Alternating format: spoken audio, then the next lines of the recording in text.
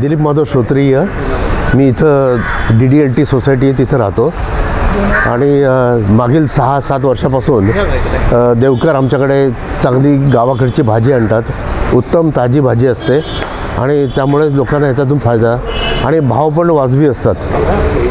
बाजारभावापेक्षा खूपच कमी असतं आणि शेतातली भाजी मुख्यतः लोकांना मिळते, हे महत्त्वाचं आहे. मार्केटपेक्षा ही भाजी ताजी आणि उत्तम वाटते. काही वेळेला बाजारामध्ये तशा भाज्या मिळत नाहीत किंवा भाव जास्त असतात, त्यामुळे वाजवी भावामध्ये मिळतं हे महत्त्वाचं.